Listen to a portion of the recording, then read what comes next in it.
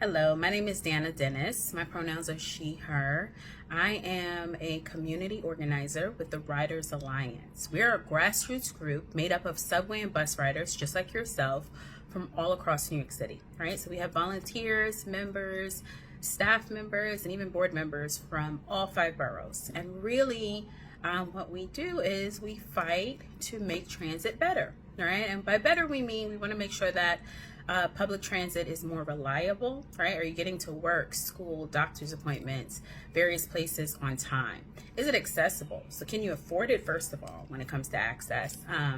And also, do you have access to the system in general, right?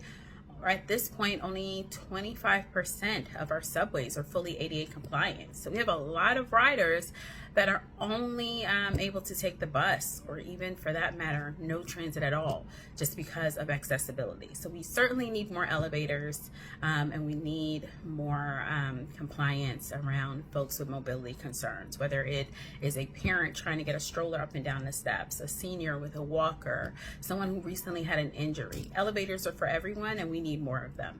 And then lastly, affordability, which again is just access also, but like affordability really is a huge problem for many New Yorkers, right? Many of us are struggling to pay rent. We are struggling to put food on the table, and we are struggling to come up with $2.90 and right around the corner from a possible fare hike, right? And so every little cent counts. Whether we get to $3 in a few months, it all adds up. Some of us could barely, go from when it used to be $2. Some of you may even remember when it was less than $1, right? And so I have been in New York my entire life until recently. I am what we call a displaced New Yorker. I had to move out of New York, and I still work here. I still have my family here, my friends here. I commute here every week by bus, a lot of times by the PATH train now because I'm in northern New Jersey. I drive in because I had to get a car moving to Jersey. And a lot of that is also at another intersection of transportation, which is housing. I won't go down that rabbit hole, but if you can relate, then that means I'm talking to my people. Anyway, back to transportation. And so thank you to We Act for inviting me. I'm sorry to everyone that I've not been able to be there in person. I had a little bit of a family emergency. It was certainly on my heart to be there with you all today. And so We Act accommodated, allowed me to make this video of my presentation. And so I'm going to go in a little bit about some of the ways that we have been seeing transit justice play out, and a lot of the actions that we've been doing, and maybe a little bit of how some of you can continue to fight on your own in your own neighborhoods. So I know many of you are from Uptown, you're from Northern Manhattan, and also Southern Bronx, and so hopefully a lot of what I'm saying is relatable for your area. But Riders Alliance was founded back in 2012, and I joined the organization back in 2014. When I joined, I was still very much in that affordability crisis, right? Back then in 2014, I was working as a home health aide.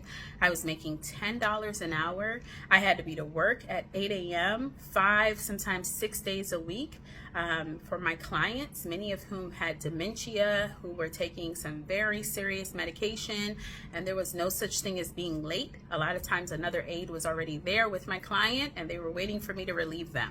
So you can only imagine how important it was for me to have reliable transit, right? And I would often take the bus, which would take me a lot of times, sometimes an hour and a half to 2 hours to get to my client, believe it or not, right? So I'm leaving my house at like 6 a.m. I'm getting up at 5 o'clock. I'm doing everything I'm supposed to do. And sometimes I would still be late, and no fault of my own. So what I was dealing with were slow buses. And then on top of that, I'm working full time, and I'm barely, making ends meet. I can barely put food on the table, let alone money on my MetroCard. And so I was really struggling, right, when it came to transit. And I found a flyer at my local stop where I lived at the time in Crown Heights, which was on the C train and Ralph Avenue. And I found out somebody was organizing on transit. And I was like, what? People are getting subway and bus riders together? Okay, I need to go to one of these meetings. And so I did. After I signed up at first. I think they called me a few times.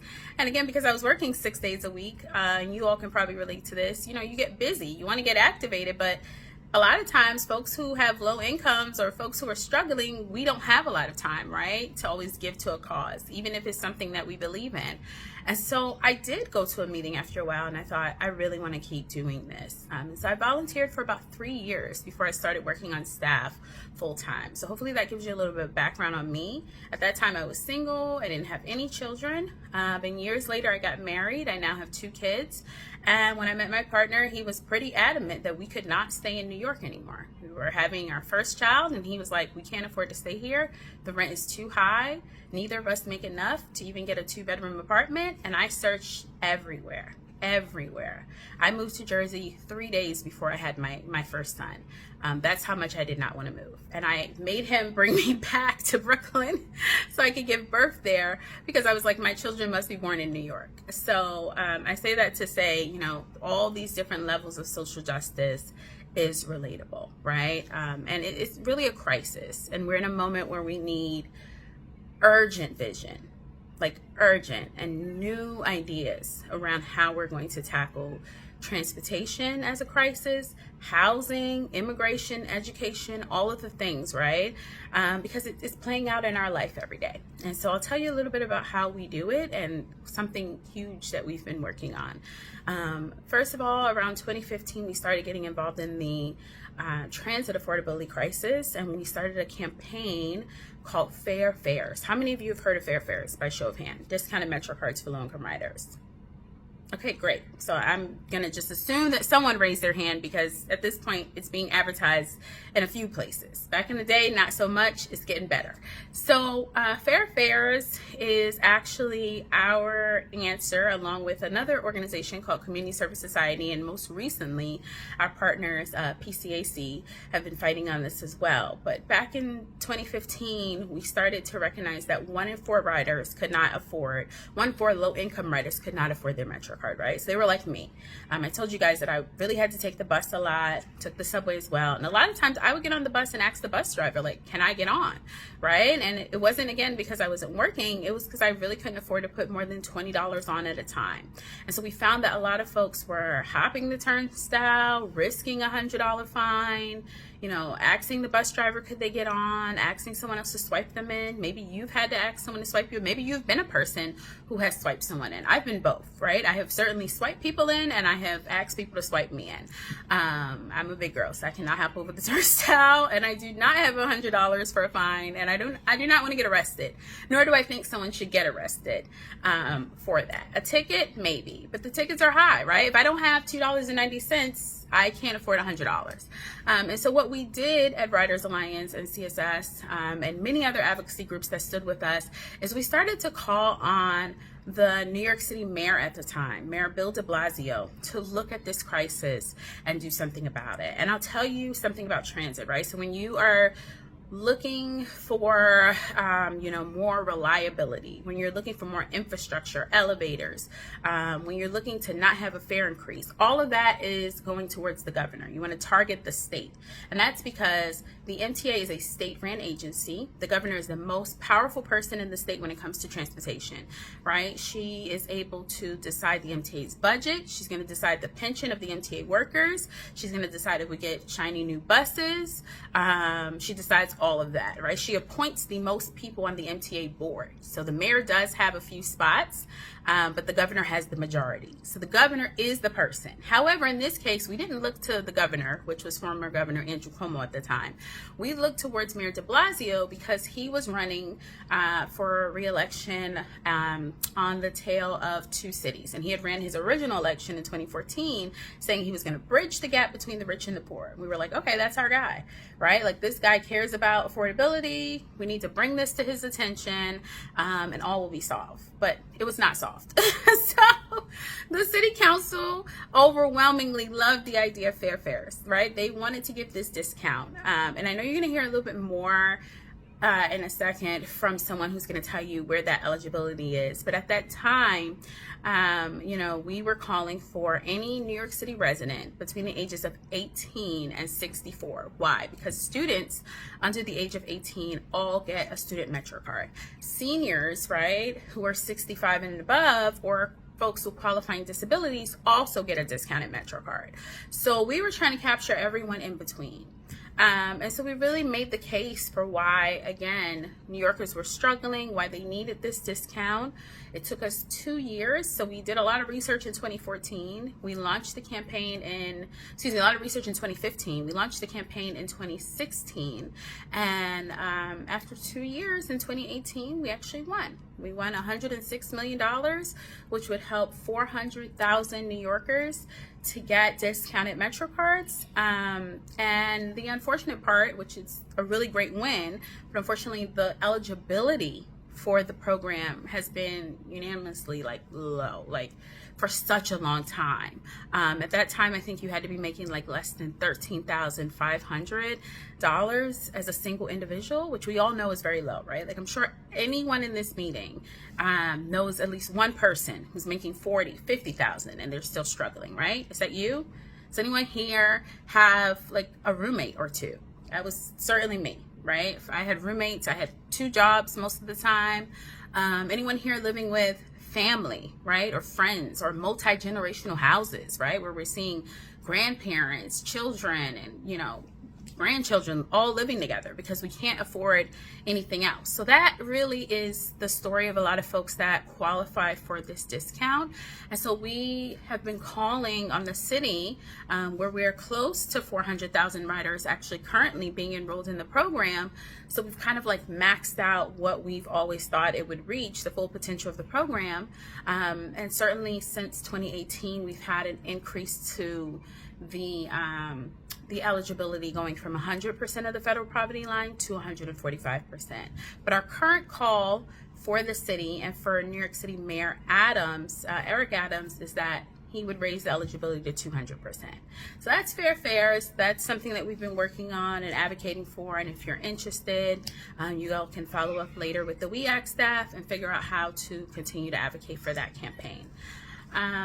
And so I'll also say that we do a lot of work on buses. I won't go down the bus road, but I'll say, we had a lot of calls across the city to continue to work with the DOT. So I did say the subway is when you target the governor, right? When you want to look to the mayor outside of the Fair Fares program, you really want to look to how is my bus route running, right? Is it sufficient? Is it slow? Really, you can walk faster than some of New York City's buses, right? And a lot of you have probably experienced waiting a long time. So if you've had to wait, let's say, 20 minutes in the rain, in the snow, no seat, no bus shelter, then you could certainly understand what I mean when I say our buses are slow and oftentimes, they fail riders. And so a lot of times what we're doing when we're advocating for better bus service is we're fighting to get bus lanes. We're fighting to have someone look at the bus route. Is it really serving the riders? Is it running on time? Do the passengers feel safe? Do the bus drivers feel safe? We talk a lot with TWU and MTA employees, right? We want to hear everyone's account of how we can work together. Ideally, in a perfect world, elected officials, transit employees, everyone from the train conductors and bus drivers up to the headquarters of MTA, along with you all as subway and bus riders, would all be able to work together. We're not there yet. We certainly have a lot of work to do, but that is the goal. And so we are continuing to advocate for better bus service. And we also continue to advocate for buses that have a fewer carbon footprint, right? We want to make sure that buses are safe in terms of air quality and that they're, not harming communities. And so it has been a fight over the years to make sure that not only are we getting the most updated fleet of buses across our city, but that we are having that be a priority, especially in communities of color and low-income communities, right? We want to make sure that Like, we don't want to be the last to get dibs. Start with us first. Why? Because historically, we've seen in our communities, we are the first to have, asthma or respiratory concerns. We are the least likely to have good quality health insurance and access to health care, right? So many of us don't even have a PCP, a primary care physician. And so there's been so many barriers that we have faced due to many things, right? Historical racism to be the number one probably factor in that. And so as we counter these systems that have, over time shown us harm, whether it's healthcare, transportation, you name it, we want to make sure that we're removing barriers and challenges within the community. So I'll say that. And then moving on from bus service and how we are really tackling that issue. Lastly, I just want to talk to you all about a hot topic that's been across the city and something that I've been working on for many years and Riders Alliance has been championing. How many of you have heard of congestion pricing? All right, so I'm assuming everyone. I really want to know how you feel about it. If I was in the room, I would open up for questions, but I'll allow WEAC to take that on. But I will say that, congestion pricing wasn't something that we just jumped out and said we were going to work on. In fact, if you asked me what congestion pricing was 10 years ago, I didn't know what it was. There are people who've been working on that for many years, long before me, but I have been fighting on that issue for about 7.5, 8 years. So what happened was we continued to go to the state and the governor at the time, which was former Governor Andrew Cuomo, and we said, hey, we need better transit, right? Especially in 2017. I don't know if you all remember the Summer of Hell, as it was called, in 2017, but it was literally the summer where you would see images and crowds just gathered on platforms, right? Waiting for 20, 30 minutes. And it was also one of the hotter summers on record. So you had folks on platforms in the subway and the temperature was reaching 104 degrees, similar to the week we just had with this heat wave, right? And so you're out there, you're sweating off all your makeup, you're burning up, you have the nerve to have the train show up late, and then the train shows up and the audacity that it doesn't even have air conditioner. This was the things that we were seeing in 2017. And so as transit advocates, we started to call on Albany, specifically the governor, to really put dedicated funding into transit. And that's one of the bigger issues, right? We would go to them and say, hey, we need more elevators. We need trains to, speed up. What's happening? Why are we having so many delays? And what we found is, well, first of all, we have an outdated subway system. We have a subway system currently, right now, as I speak to you, in June of 2025, that has a track system and actual, signals from the 1930s right now, right? So that's unacceptable, number one. And so of course it's going to break down, right? I'm from the 1980s, and sometimes I feel like my body's breaking down. I can only imagine the 1930s. So that is just one of the many things that tells you that no one's really invested in infrastructure. We've had decades of elected officials that were supposed to be responsible for better transit kind of kicking the can down the road, saying, I'm not going to tackle transit, it's too complex. And so we started to use the term Cuomo's MTA. We started pushing out media, doing a lot of actions. We called the governor. We said, Cuomo, ride the bus with us, ride the train with us. He refused. He was like, I'm not coming. So we actually even carved out a cardboard box, a cardboard image of Cuomo, and did a little video where we had it riding the subway with us. We were very serious about wanting him to kind of experience what riders experience every day, and that's something that we think all elected officials should experience, right? Quite frankly, we think that people are passing policies. I think that people are passing policies every day on issues that they're not experiencing, and it's really dangerous. We don't want a bunch of people who have never been homeless or in poverty or experienced what it means to be unhoused passing policies around, real estate, or even what it means for us to be able to pay our rent or relationships with landlords. The same way that we don't want folks who never ride transportation, have never waited for a bus, can't tell you the cost of a Metro card, passing transit policies, right? That's not okay. They need to hear from us. And in fact, they need to make sure that we are informing their decisions. And so that was kind of what was happening. And so as we continue to go to the MTA and go to the governor, guess what they said? Yes. They told us, we don't have enough money. We don't have any money to fix those things because we are barely holding on with our budget to pay people who work here. We're barely holding on with our budget to, fill pensions and buy uniforms. And we were like, what do you mean you have no money, right? Like the fare was going up every 2 years. We were like, where's our money going? Where was our $275 going back then before we even got to $290?